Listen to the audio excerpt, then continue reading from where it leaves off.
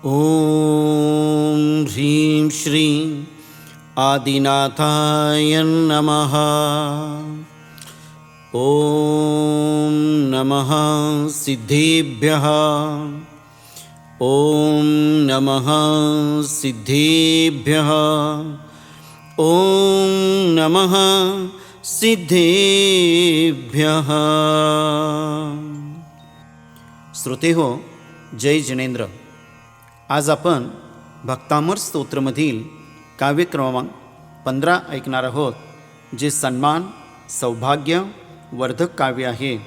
तसेच वैभव प्राप्तीच्या बरोबर शक्ती रक्षक आणि राजवैभव प्रदायक हे काव्य आहे।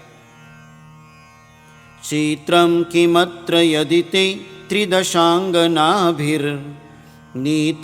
मनागपि मनो न विकारमार्गं कल्पान्तकालमरुता चलिताचलेन किं मंदराद्रिशिखरं चलितं कदाचित्।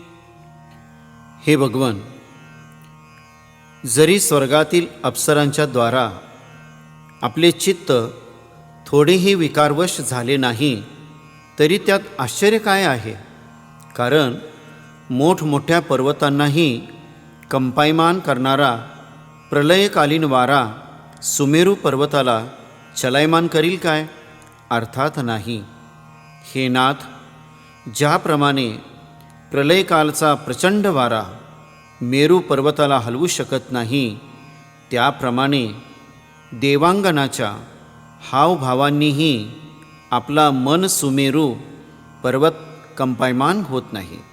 आपले धैर्य अतुल आहे, कारण आपल्यामध्ये अतुल बल, अतुल वीर्य, अतुल सुख आहे व आपण आपल्या मनाला वशीभूत केलेले आहे। शक्तिरक्षक वृद्धी आणि मंत्र। ओम ह्रीं अर्घं नमो दसपुवीनां झ्रौं झ्रौं नमः स्वाहा। ओम नमो भगवती गुणवती सुसीमा पृथ्वी वज्र शृंखला मानसी महामानसी स्वाहा। ओम नमो अचिंत्यबल पराक्रमाय सर्वार्थकामरूपाय ह्रां ह्रीं क्रौं श्रीं नमः। या यंत्राचा विधी शुद्धतापूर्वक पूर्व दिशेला यंत्रमुख करून आपण विराजमान करावे।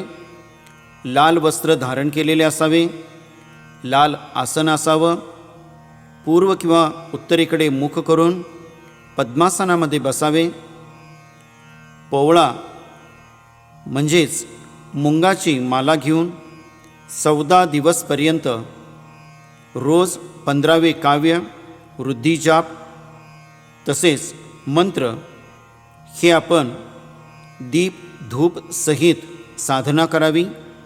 यामुळे सन्मान सौभाग्य वाढ होते, वैभवाची प्राप्ती होते, शक्तीचं रक्षण होतं। ओम ह्रीं मेरुवत मनो अचल करणाय श्री आदिनाथ जिनेंद्राय अर्घ्यं निर्वपामिति स्वाहा। श्रोते हो, आज आपण भक्तामर स्तोत्रमधील काव्य क्रमांक 15 ऐकलो। उद्या आपण या स्तोत्रामधील काव्य क्रमांक 16, जे सर्व विजयदायक काव्य आहे, भेटूया आपण उद्या। सर्वांना जय जिनेंद्र।